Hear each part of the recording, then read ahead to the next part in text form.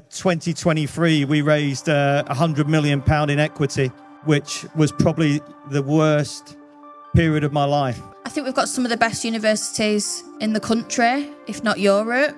I think people up north usually have a bit more grit, so it's a great place to build a startup type of environment. Every conversation we have with the tech founder, there's some element of AI there. I think at this stage, if you're not using it, testing it, trying it out, you're going to get left behind. It's sort of non-negotiable at this point. Are we brave enough? No, absolutely not. We need to be braver, and we need to be absolutely bolder, and we need to be also kinder to each other.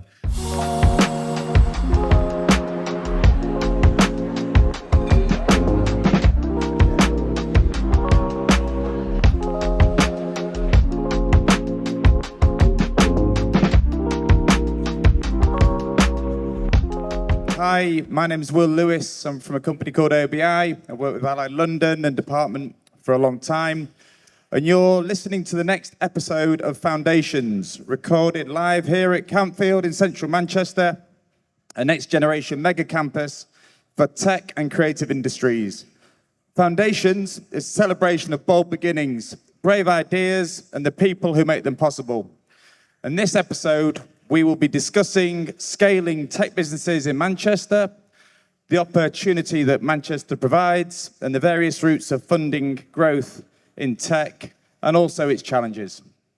So I'd like to introduce this amazing panel. They include founders, senior representatives from international global tech businesses, those responsible for providing finance, and also those that are experts in recruiting and retaining talent. So please give everyone a warm hand of applause for taking part today. Rather than me introduce the panel, I'm going to ask each of them to say their name and a bit of background to their business. So starting with you. Hello, my name's Ruby. I am CEO and founder of a company called Talent Loop. My background was in recruitment as an executive search headhunter. Then I was talent partner to a previous tech incubator.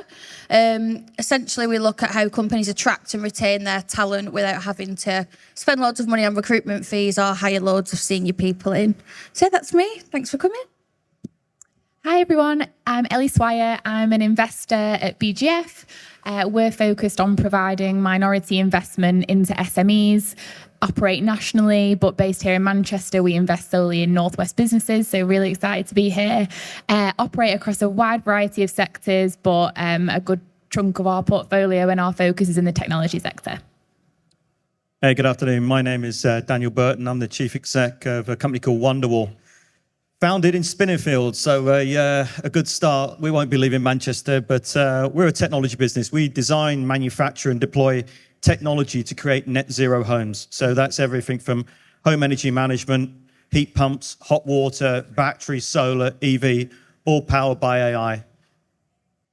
Hi everyone, Patrick Smith, founder and CEO of Sally, Manchester-born business, scaling at the moment. Will, thank you and your team, and also congratulations to Allied London for opening this incredible space. I think that deserves a round of applause.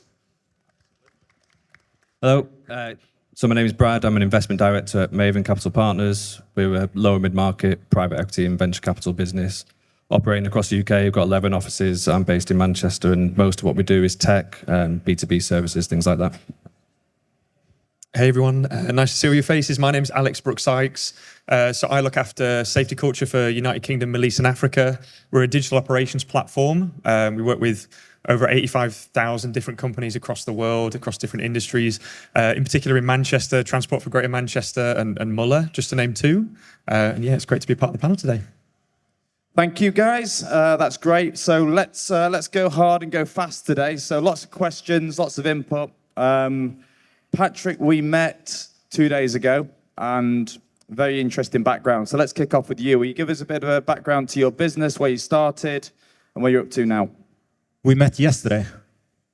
Yesterday. Is it Wednesday today? True. I'm actually able to keep track of my days, impressively enough. Manchester-based business, creating or defining what we call behavioral AI. So we are able to utilize the way you interact with your smart devices to actually capture who is behind the device. Novel technology, patent pending, which we're very proud about. The entire R&D team is based here in Manchester. I personally will be moving to San Francisco in September and be founder-led from there. I'm building a small team over there, but we're going to continue growing in Manchester and in London. But been here for now 3 years in Manchester, but set up the business 2 years ago. And have you been through a funding process already? Yeah, we've been to multiple funding processes. One was our pre-seed, and now we hopefully on Friday we'll close our bridge round, and then we're going out to San Francisco to do our seed, and then next year we do our own Series A there. So your initial funding round, who are the investors? What type of investment did you take on?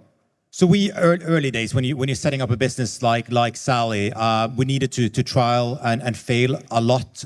So we needed patient investors, and the best way to approach that is to find angel investors that typically have done an exit priorly, so they know what's in it and that things takes longer time than expected always. So those were high net worth individuals, angels, friends, family members.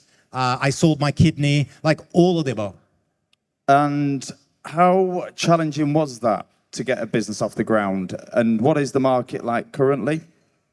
So I always I ran a business during COVID. I exited a business pre-COVID, and that business was 50 people, and sadly they went bust during COVID.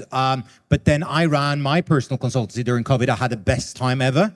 So I don't think you should base your business about your surroundings, but you could create a market advantage by understanding the market you go into. So I always feel like that we as a company has always been adaptive to the situation. I moved up from London. I'm originally from Norway, but moved up from London after spending 7 years for my sins down there. And then everybody says, you will not find funding up here. So I said, I will find funding up here. And we ended up having 20 plus investors in the north. Investors. Angel investors in the north, yes. Okay, and moving to Dan, who has, it looks like from my research, he's come a long way in 10 years. From crowdfunding £260,000, is that right? We didn't actually do that, no. Oh, was that a false article? Full starter. Okay, well, you raised some capital in 2015, but you also did a very big deal, a couple of years ago now? Can you just talk us through your journey? Yeah, 23. So started off on my own in Spinningfields in the Landmark building, just me in an office and a desk, and with a vision of building a technology business. So come a long way in 10 years, but building companies is never easy, and building hardware companies is extremely difficult. I remember setting up manufacturing facilities. It was about £750,000. And back in the day, you didn't get money from your bank. But lucky enough, I had a nice bank manager. You probably know him, Matt Maudsley. And Matt Maudsley, my bank manager, ended up getting me £750,000 from the bank to start up manufacturing a product that I designed and built. Back in 2019, we raised £2 million from a couple of local Manchester guys, a company called AJ Bell. So Andy Bell and Fergus from AJ Bell love what we're doing. Fergus reached out to me and says, look, we want to be a part of your journey. So they come on board and we started building out our energy solution. Are they still in it? Yeah, they're still in it. Are they? Yeah. They got 15%. So they've done well out of their money that they put in. So they're happy. But then 2023, we raised £100 million in equity, which was probably the worst period of my life. I slept on the floor in my office for 2 days. And I remember when we actually signed the deal, and I closed the deal, and you think actually at that point in time, you just raised £100 million. I went home to bed and I cried because it was probably the toughest period of my life. The ups and downs of, is it going to happen? Is it not going to happen? It was tough. But now we're pretty well funded. We're scaling the business. We're just expanding into the US. We're launching in Texas. So there's a lot going on in the business, but a lot of challenges. At the end of the day, this market over the last couple of years has been really, really tough. It's not been easy for anybody. I'll be telling a lie if I said everything was rosy and everybody was happy. It's not. It's tough but you just got to keep your head down. You've got to keep working, and you just got to keep moving forward. That's all you can do. What type of investment did you take on? You raised 100 million. Yeah, 100 million in equity, which was an institutional investor, a company called Infrared Capital. The fund that invested in Wonderwall was a 1.6 billion pound fund. They've got about 9 billion under asset. Excellent. Right, speaking of private equity, let's introduce Ellie. Mike, I don't know if you remember BGF. So they were born in a quite an unusual fashion out of the financial crisis. Do you want to tell us a bit about this sort of the history to the private equity house? Yeah, of course. So we were set up following the financial crisis. The four big high street banks came together, put together 2.5 billion, so probably the best funded startup, which we're proud to say. And that was very much with the purpose of supporting SMEs. So we are a minority investor. We can only take up to 49% stakes, and that has been our purpose since the get-go. The whole focus is for us to be able to support entrepreneurs, management teams, deliver their growth journey by being that minority junior partner to support that plan. So as PE houses go, you sound like a very friendly, nice one. So you don't take controlling stakes. Your capital is patient, long-term. And it's like an evergreen fund that is recycled and recycled. Yeah, that's right. So the 2.5 billion we started with, we've since invested in 650 companies nationally, huge track record and scale. In terms of size of business we invest in, that has probably increased over that period. So now we're investing in businesses making either $1 million EBITDA or for tech businesses, 3 million ARR. So probably focus more towards those kind of established but growing businesses, typically the first institutional investor in there. So yeah, great track record of scale and growing over that time. And what about your track record in particular in the tech sector? Have you been busy in those businesses? Yeah, invested in 120 tech businesses in those years since we were set up. So it's a huge focus of ours. Nationally, Manchester team have a great presence in the tech space. I think we're sector agnostic generally, so we do invest in all sectors, but preference is definitely towards technology, tech-enabled services, healthcare and business services. So we do span a range, but technology is attractive to us, given kind of quality of earnings, growth opportunities, and lots of other attractive elements of that sector. And apart from that ARR metric of 3 million, what else do you look for in an exciting tech businesses which meets your investment criteria? Yeah, so size is one thing, ARR metrics, around NRR and churn and all that good stuff. But the main thing for us as minority investors is that management team. So obviously we're backing entrepreneur management teams to deliver their plan. We're not making the day-to-day decisions. That's very much left up to the team. So experience and strength of the team is really important. That doesn't need to be fully fledged. We often invest in businesses where there's a lot of potential and there's recognized gaps often in the finance function or the sales team. So we completely recognize that, but that, strength of management team is really important. Track record of growth and seeing those sales come through.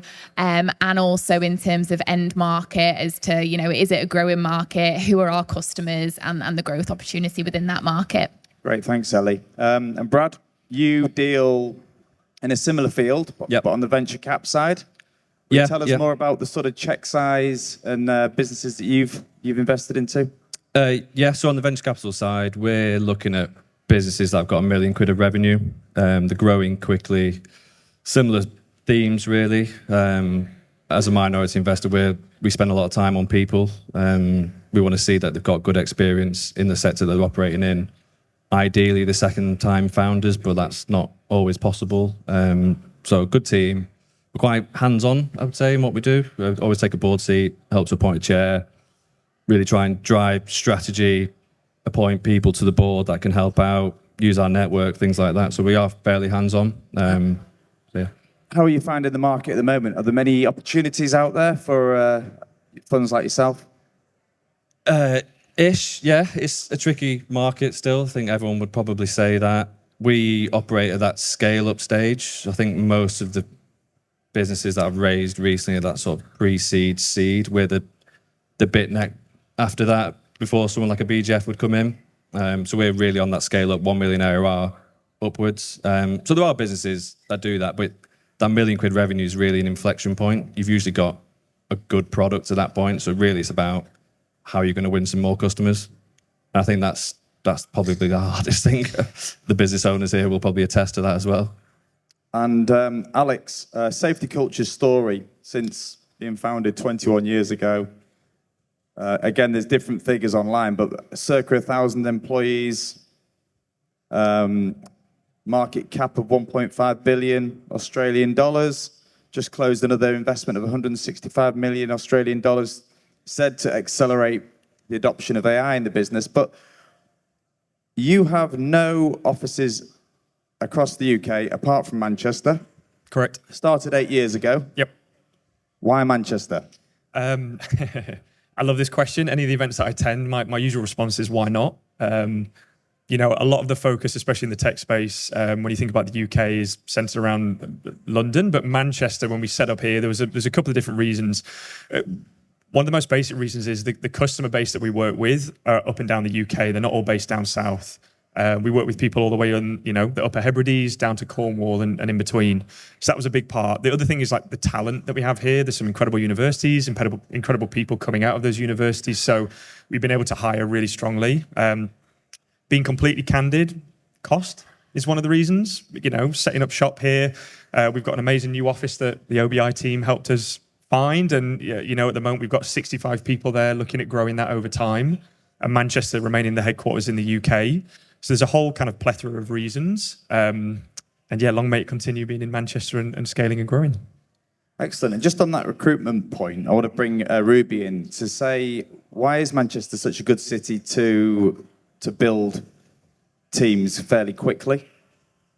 I think we've got some of the best universities in the country, if not Europe, with phenomenal talent. I think people up north usually have a bit more grit.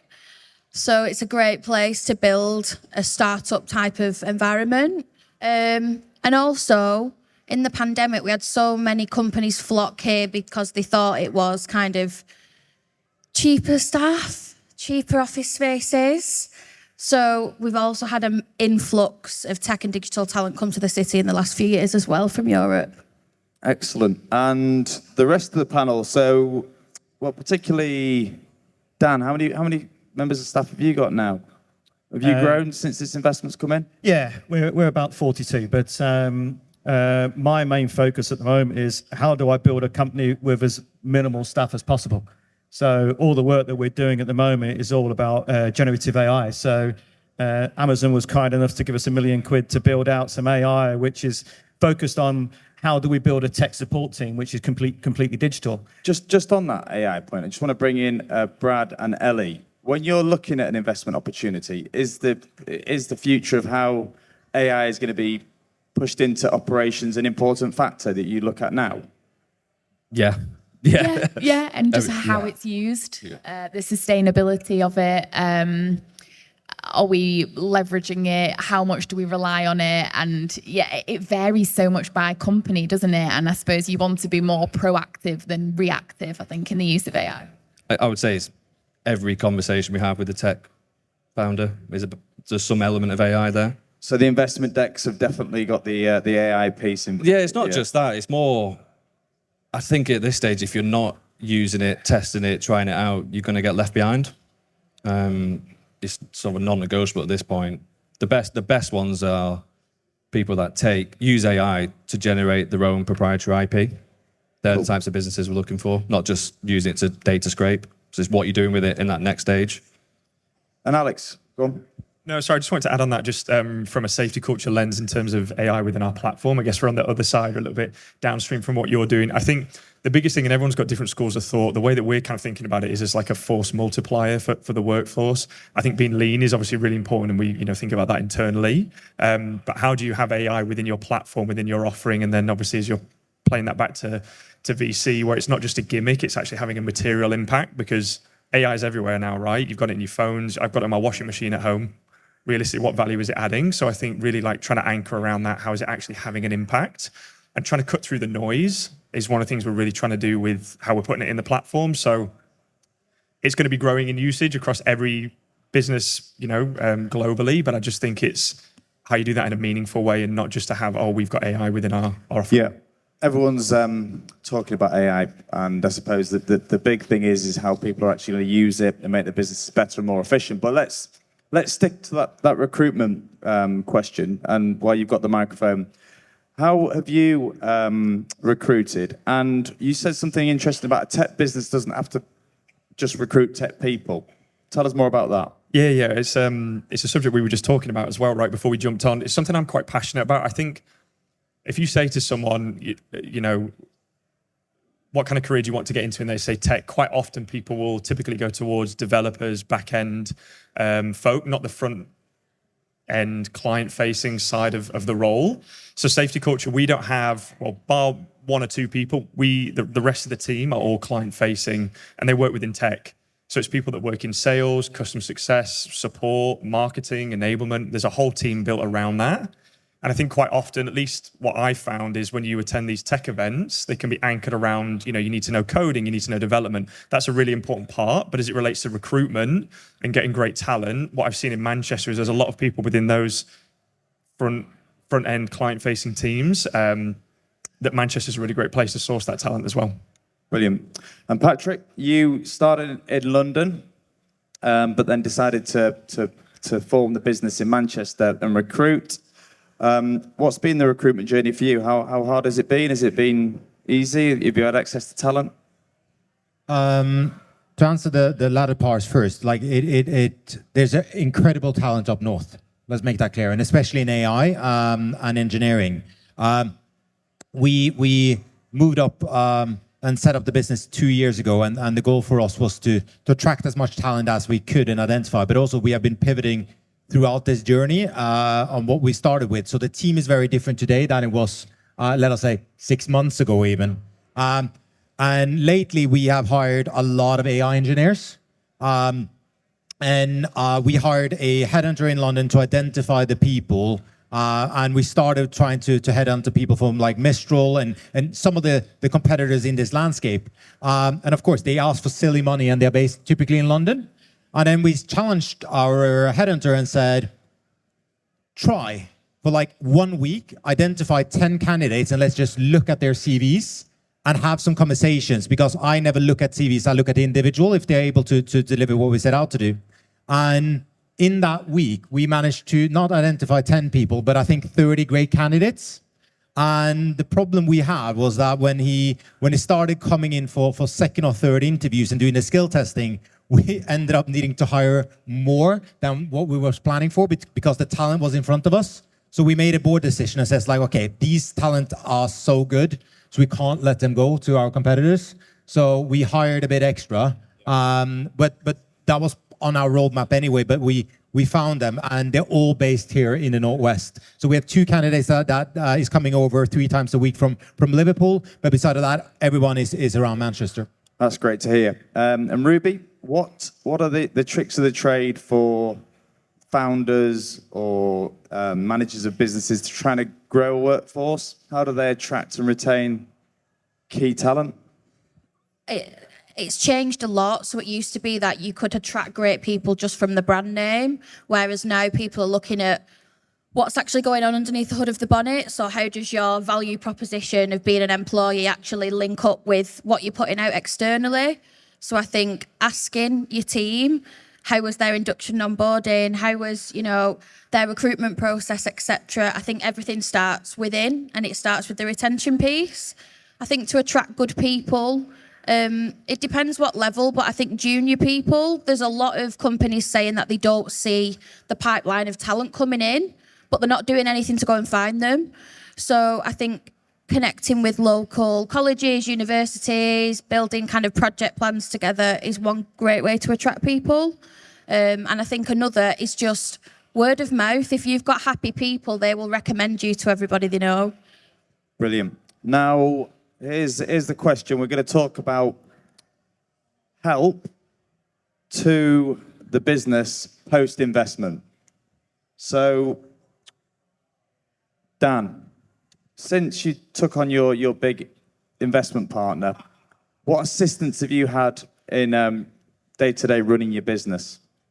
Well, we have a chairman, but fundamentally we had to grow up. We had to put our big boys pants on. I had to grow up. We had to. There wasn't just me making decisions. It was about actually making sure that we had all the processes in place, everything that you'd expect a business, everything from making sure you have dual payment authorization, from processes, everything that you hadn't done in the past. You had to grow up. You had to do a board pack every month. You had to do all the kind of things that you'd expect a board and institutional investors to see pretty quickly. We had 90 days. So we had a list of probably 100 things on a list to do in 90 days to become compliant with all of the... We have to measure how much water we use. Right? They're the kind of things that we have to report into our investors. So it's not easy. They make your life hard work, but... You're institutional now. We are grown up, and we can deal with institutional investors. And Ellie, when you make an investment into a business, how do BGF support that business and help them develop and grow? Yeah, so a big thing for us as minority investors, because we're not controlling, we can't, step in the day-to-day decisions. A key thing for us is having that support that we can offer if the company wants it. If they don't, we want them to lean and take as much as they want, but we won't force it upon them.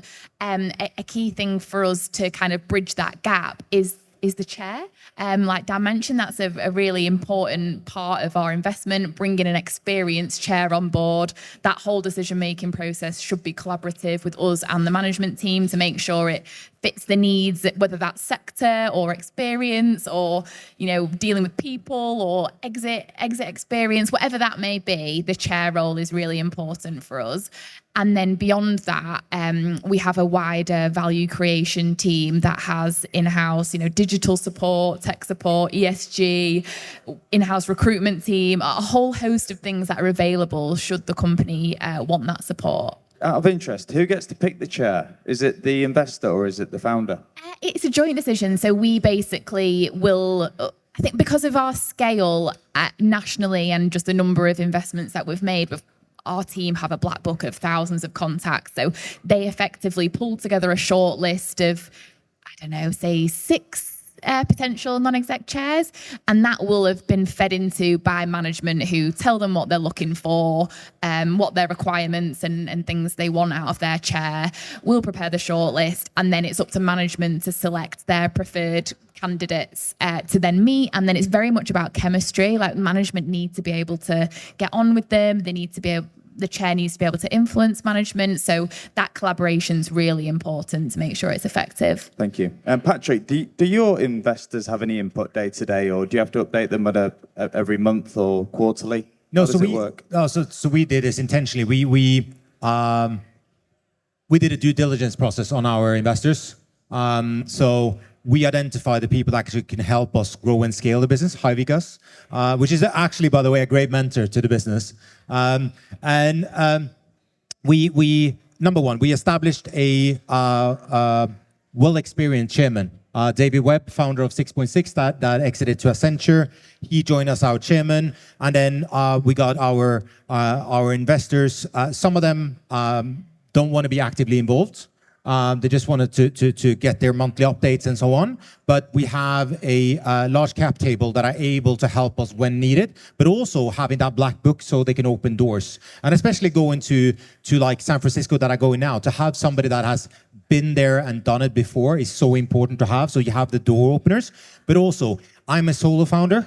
And I can't go home to my wife every single day and complain about everything. So I agreed very early to my chairman and that I needed to treat him as a co-founder, and I needed to share everything with him. So he has to have multiple hats. One is to be the chairman, one is to be in the investor, one is to be the friend, and the other one is to be my partner in crime for what we're trying to achieve. And that is so important, to have somebody you can trust and you can share everything with, but somebody that is experienced, but that thinks the best for the business and the shareholders. So it's interesting that the common theme is that the investor as a key role to play.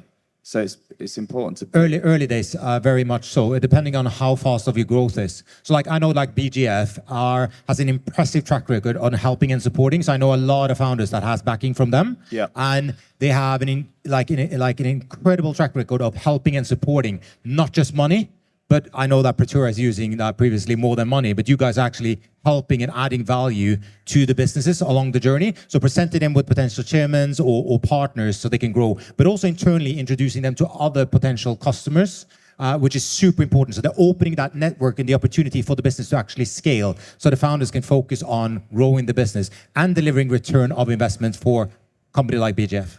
Excellent. I didn't pay him to say all that, but Well, we better ask Brad now. What about us? Yeah, how do you add value? How do you add value? Is it all been said, or is there other things you do? Yeah.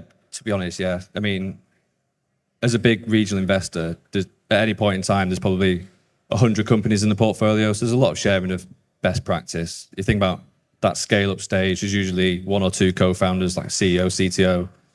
So where we add most value is helping shape that management team going forward, helping introduce the right people, building out strategy, appointing the right chair.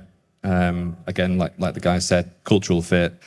We like to see someone that's been there and done it. So if your plan is to go and scale in the US, someone that's had that experience is always really helpful for us. Someone that we trust and know that's operated in that space before. So it's a similar theme. I think doing due diligence on your investors is a really good point. You shouldn't just take money for the sake of taking money. You need to know who you're getting in bed with and what you're going to do with it. And when just on this investment process piece, are businesses, are the doors open to financial institutes like private equity houses? Do they need to go through a corporate finance broker, or can they knock on your door direct? We've got a great idea. We want half an hour of your time. Yeah. Can they do that? Yeah, I think it depends on the size. It's, if you're an advisor, you've got a P&L to run, so it needs to be worth it for them. If you're an earlier stage, then you should go and talk to VCs, private equity all the time. The worst case scenario is you get a bit of hard feedback and you go and do something about it. But the doors are always open. I think if you are going to go knock on the door, then be prepared with some data and things to follow up with. There's nothing worse than having a conversation with someone and say, I'll send you some info, and 2 weeks later you receive it. I've probably already moved on by then. And Dan, how did you find your partner? Did you pay someone a lot of money? No, they come to us actually. So they knocked on our door, which they were tracking us for a long period of time, and we didn't run a process. We did debate it, but it just felt right. We were aligned in the vision. We were aligned in what they could add to the business, and we needed them from their knowledge in the energy industry to help us shape the strategy for the business plan going forward. So yeah, it was a good fit. Whether it's a good fit now is debatable, but You're not spent up, are you? no, Good. no. But yeah. Well, yeah. But Right. Well, this is a question for everyone. Is Manchester brave enough from a tech community in terms of building businesses in Manchester? Do we sell too early? Do we try to raise money too early? Do we raise capital for the right reasons? I'd be interested in all the panel's views, starting with you, Ruby. We'll always be brave because we're northern, and we've got that little worker bee spirit. I think the pandemic changed everything, and a lot of companies got pretty giddy and went and raised loads of investment when actually they didn't necessarily need it. Then they spent it on growing massive teams, and now they're kind of like, oh, I've got loads of people here and I'm trying to do square peg round hole for roles that I don't need anymore. So I think in that sense, but yeah, I definitely think we're brave enough. I just don't think we have the same level of access to funding as we do in the south, and there still is a bit of a fight on that. Okay. And your view, Ellie? Are we brave enough? I think we are. I mean, my experience from being at BGF is there's so many brilliant companies in Manchester and the Northwest, and tech companies within that, and there is so much opportunity here and support. You know, the universities are fantastic, the people are fantastic, there's lots of investors. I think it's a great place to do business. I think Manchester's probably had quite a few failures over the years. Over the last couple of years, there's some big names out there that have raised a lot of money that have actually failed. But we need some success stories. We need some companies that really stand out. We need to lead from the front, and we just need to get some real good companies based in Manchester that are here for the long period, not just a short period. And Yeah, I support that definitely. And the answer to your question, are we brave enough? No, absolutely not. We need to be braver, and we need to be absolutely bolder, and we need to be also kinder to each other. We need to help each other to grow. Going out to San Francisco, I'm going to take back a lot of the culture back here, where funders and founders, they help each other. They understand this is part of the full circle of achieving success. We need to actually have the funds to enable the founders to do what they do, and they will deliver the return on the investment. That is forgotten. To send a pitch through a website, fill out the bloody 80 pages long form to have a meeting with an investor will not work long term. We need to start working together. So to BGF and Maven on the panel, start talking with the founders, understand their needs, and let's start taking some bloody risks. Why are you going to San Francisco? Because there's no risk capital in the UK. The ambition is much bigger. We're too small, sadly, here. The people don't want to support the ambition we are on. I actually agree with Patrick in all of that. I think it's not about being bold. People are bold enough to start businesses, and there's a lot of infrastructure getting it off the ground. But people ask, why is there no big unicorns coming out of the Northwest? Well, you can't build a unicorn if you sell early. To your point. You think people exit too early? Way too early. Well, it depends. It depends, right? It depends on individual risk appetite from shareholders. It's a bloody hard slog growing a business, right? And at the end of the day, you might just want to sell. And then again, we're selling to the US. Why can't we sell it here? So most of our exits recently have been to US private equity. Yeah. Which is fine because they continue to grow over here and they're headquartered over here. But there is some perception around not having enough capital up here. But, you know, Manchester's the second biggest private equity and venture capital area outside of London. So where else would you go? Alex? Still your microphone. Just speaking from my experience, I think having gone to a lot of similar events to this and meeting early stage founders, I think there's a huge educational piece. And I think it's, you know, people like yourselves who've been there, seen the movie, have experience trying to impart that on people. You know, you're saying that people sell too quickly. Like, why is that? Is it because they're not well educated? They don't understand?